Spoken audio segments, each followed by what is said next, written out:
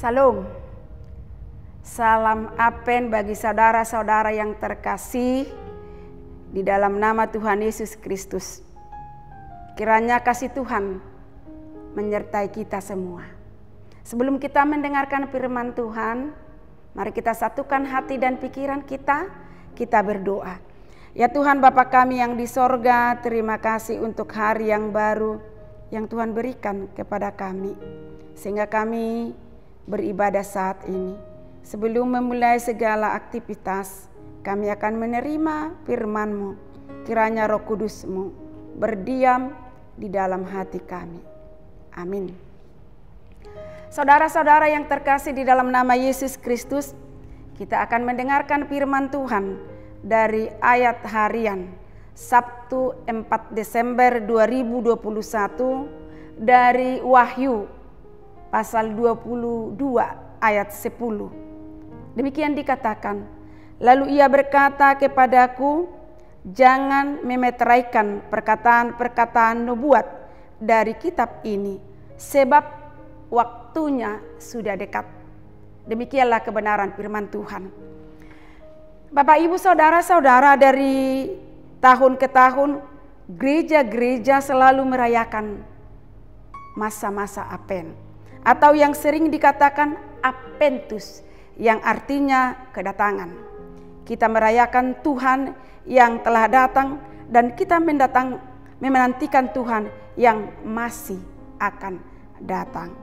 Oleh karena itu setiap hari, bahkan seluruh hidup orang Kristen, orang yang percaya, orang yang beriman hidupnya adalah hidup yang berapen.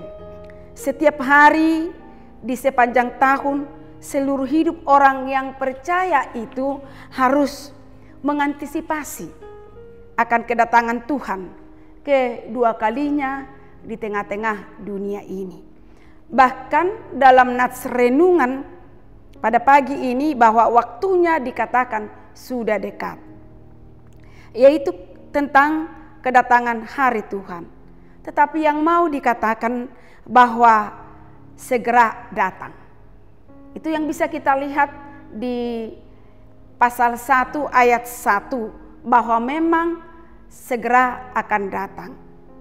Soal kapan, Alkitab dan Yesus sendiri sudah menjelaskan, sudah mengatakan itu. Tidak ada pun seorang yang tahu tentang kedatangannya. Namun yang menjadi pegangan bagi kita bahwa Tuhan pasti datang. Memang Tuhan Yesus hadir di dunia ini dalam rupa manusia dan menjadi keselamatan bagi seluruh manusia di dunia ini. Dia berjanji akan datang kembali untuk mengumpulkan orang-orang yang percaya kepadanya ke dalam kerajaan sorga dan akan menghukum mereka yang tidak taat, yang tidak setia akan Tuhan. Dikatakan bahwa mereka adalah dimasukkan ke dalam kerajaan maut. Itu berarti suatu sikap kita yang senantiasa kita harus berbenah diri dalam penantian kedatangannya kembali. Sikap yang selalu diminta adalah supaya kita selalu introspeksi atau koreksi diri. Seluruh hidup kita haruslah menjadi hidup yang menyongsong kedatangan Tuhan. Semua kendala, semua halangan, dan semua rintangan bagi kehadirannya mesti itu akan dikalahkan. Sehingga dia benar-benar menjadi Immanuel bagi kita, yang artinya Allah yang selalu beserta kita. Bapak Ibu saudara-saudara, kitab Wahyu pada hari ini mengingatkan agar semua orang berbenah diri dalam menyambut kedatangannya dengan cara memiliki sikap yang rendah hati, sikap yang tulus dan murni, seperti Yohanes yang memberikan dirinya buat pelayanan kepada Tuhan. Dalam pembuangan di Pulau Patmos, ia menerima wahyu langsung dari Tuhan di tengah-tengah kegetiran, di tengah-tengah kepahitan, dan di tengah-tengah penindasan yang dialaminya pada masa pelayanannya. Pada masa itulah ia menerima wahyu agar setiap orang tetap setia menanti Mesias. Jangan ada di antara kita menjadi orang yang tidak taat. Sambutlah kedatangan Tuhan dengan senantiasa berbuat sesuai dengan kehendak Tuhan. Bapak, Ibu, saudara-saudara, pada masa kini banyak orang hidup di dalam kemunafikan. Kita harus jujur mengatakan itu. Di zaman Yesus, orang-orang Farisi merupakan golongan yang hidupnya munafik. Mereka bukanlah koruptor, mereka bukanlah penipu, tetapi sebaliknya mereka adalah seakan-akan terlihat orang yang taat, seakan-akan orang yang saleh, beribadah dan berpuasa. Khotbah mereka pun begitu hebat dan bahkan menggiurkan didengarkan orang-orang. Semuanya itu tujuannya adalah supaya pamer, terkenal. Namun sayangnya Yesus yang menilai manusia dari apa yang ada di dalam hati manusia. Yesus memang senang menyukai seseorang yang beribadah dan sikap yang keluar dari dalam hati. Yesus membenci yang mengutamakan seakan-akan semboyang-semboyang yang kosong, tetapi ia lebih menuju ke dalam hati nurani setiap manusia.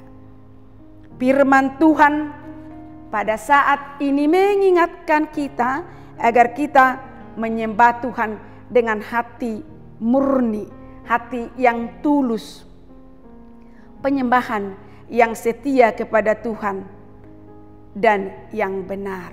Untuk itu, Bapak, Ibu, saudara-saudara yang terkasih, sambutlah Yesus dengan penuh sukacita di dalam hatimu, karena keselamatan itu telah menjadi milik kita. Amin. Kita berdoa. Allah Bapa yang di sorga, terima kasih firman-Mu yang kami dengarkan, yang mengingatkan kami agar kami tetap setia menanti kedatangan hari Tuhan, sehingga kami dapat berbenah diri, dan kalau sudah tiba waktunya, kami tidak bercelah di hadapan-Mu.